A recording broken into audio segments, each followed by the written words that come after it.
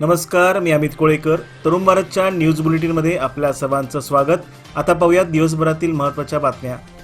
दिल्ली दौऱ्यावरून खासदार मंगल अंगडी परतले असून आज पत्रकारांशी त्या बोलत होत्या.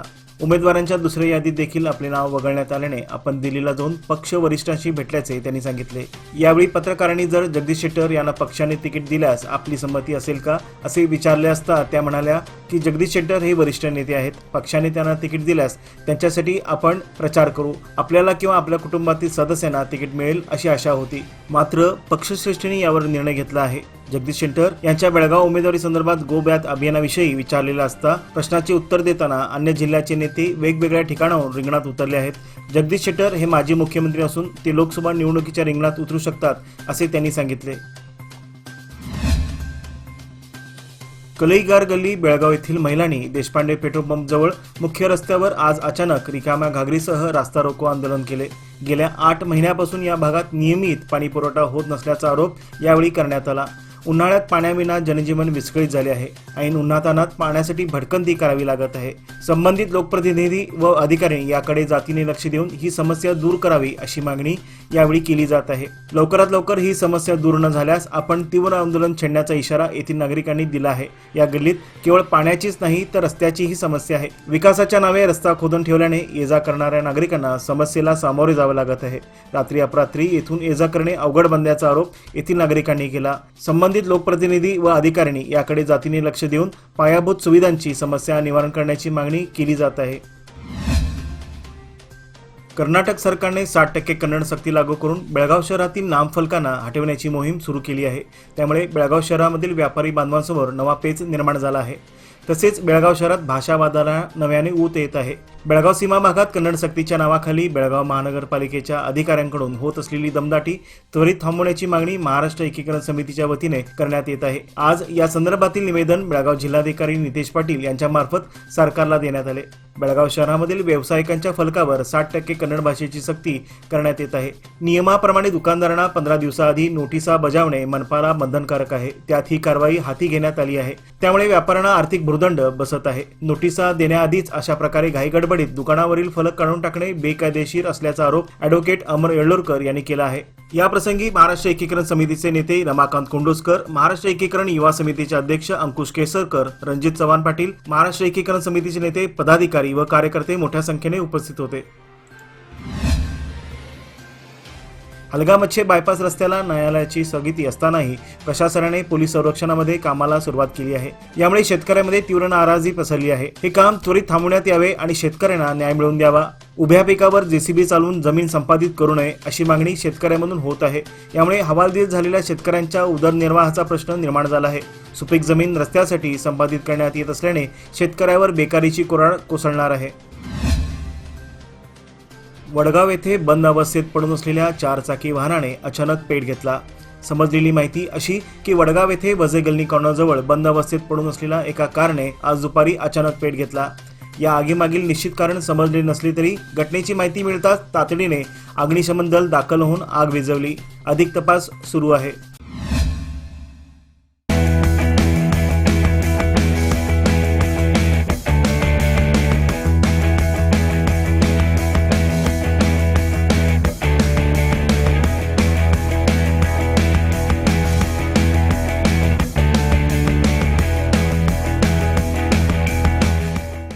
महिलांची शक्ती हीच समृद्ध भविष्याची निर्मिती. लोकमान्य घेऊन आले आहेत महिला उन्नती योजना, जी देते तुमच्या गुंतवणुकीवर 10% आकर्षक व्याजदर फक्त 500 दिवसांकरिता. किमान गुंतवणूक 10,000 रुपये. अधिक माहितीसाठी आजच कॉल करा 1800-212-4050. योजना फक्त महिला सभासदांकरिता. नियम अटी लागू. लोकमान्य, जिथे पैसे वाढतात आणि नातं वृद्धिंगत होतं. लोकसभा निवडणुकीची घोषणा केंद्रीय निवडणूक आयोगाकडून उद्या शनिवारी केली जाणार आहे. या निवडणुकीचा सविस्तर कार्यक्रम घोषित करण्यासाठी केंद्रीय निवडणूक आयोग दुपारी 3 वाजता पत्रकार परिषद आयोजित करणार आहेत. ही घोषणा झाल्यानंतर त्वरित आदर्श निवडणूक आचारसंहिताही लागू केली जाईल. सीमा भागात मराठी व्यापारी आणि नागरिकांना कन्नड सक्तीला दररोज सामोरे जावे लागत आहे. सकाळी दुकाने आस्थापने उघडण्यापूर्वीच दारात महानगरपालिकेचे कर्मचारी व्यापाऱ्यांच्या दुकानावरील मराठी फलक फाडून टाकत आहेत. नियमाप्रमाणे महानगरपालिकेला व्यापाऱ्यांना नोटीस बजावून दंड वसूल करण्याचा अधिकार आहे. मात्र येथे सत्य परिस्थिती वेगळी असून दुकाने उघडण्यापूर्वीच महानगरपालिकेद्वारे दुकानावरील बोर्डाची नासधूस करायला सुरुवात केली आहे. अशा प्रकारे व्यावसायिकांच्या वैयक्तिक मालमत्तेचे नुकसान करण्याचा यांना अधिकार कुणी दिला आहे? सीमा भागातील मराठीपण संस्कृती आणि मराठी माणसं संपल्यानंतर महाराष्ट्र सरकार जागे होणार का, असा थेट सवाल सीमा भागातील मराठी जनता आणि व्यापारी वर्ग करत आहेत. बेळगाव सुळेभावी बसमध्ये चोरट्यांनी एका दिवशी 4 मोबाईल हँडसेट व रोख रक्कम लांबविल्याने प्रवाशांमध्ये खळबळ माजली आहे. तरी पोलिसांनी सीबीटी बस स्थानक येथे गस्त वाढवून चोरट्यांना गजाआड करावे अशी मागणी प्रवासी वर्गातून होत आहे. बेळगाव शहरामध्ये नुकत्याच आयोजित कृषी उत्सवादरम्यान आयोजित विविध स्पर्धेतील विजेत्यांना पुरस्कार देऊन सत्कार करण्यात आला. श्री अलमप्रभू महास्वामीजी व हुकेरी श्री चंद्रशेखर शिवाचार्य स्वामीजींच्या सानिध्यात आयोजित या कार्यक्रमात रोटेरियन आनंद कुलकर्णी, अक्षता चौगुले, मंजुनाथ आळवणी, अभय जोशी, शकील शेख अली व इतर रोटेरियन उपस्थित होते. वाढत्या उन्हामुळे अधिक तहान लागत आहे. त्यामुळे नागरिकांच्या सोयीसाठी श्री लक्ष्मीनारायण देवस्थान शहापूर बेळगाव यांच्यातर्फे पानपोईची सेवा सुरू करण्यात आली आहे. गेल्या वर्षी देखील बँक ऑफ इंडिया शहापूरच्या शेजारी हा उपक्रम राबविण्यात आला होता. आज पानपोईला चालना देताना मंदिराचे अध्यक्ष मुकुंद बंग, उपाध्यक्ष सत्यनारायण चिंडक, माजी अध्यक्ष राधेश्याम सारडा, खजिनदार विष्णू झवर आदी उपस्थित होते.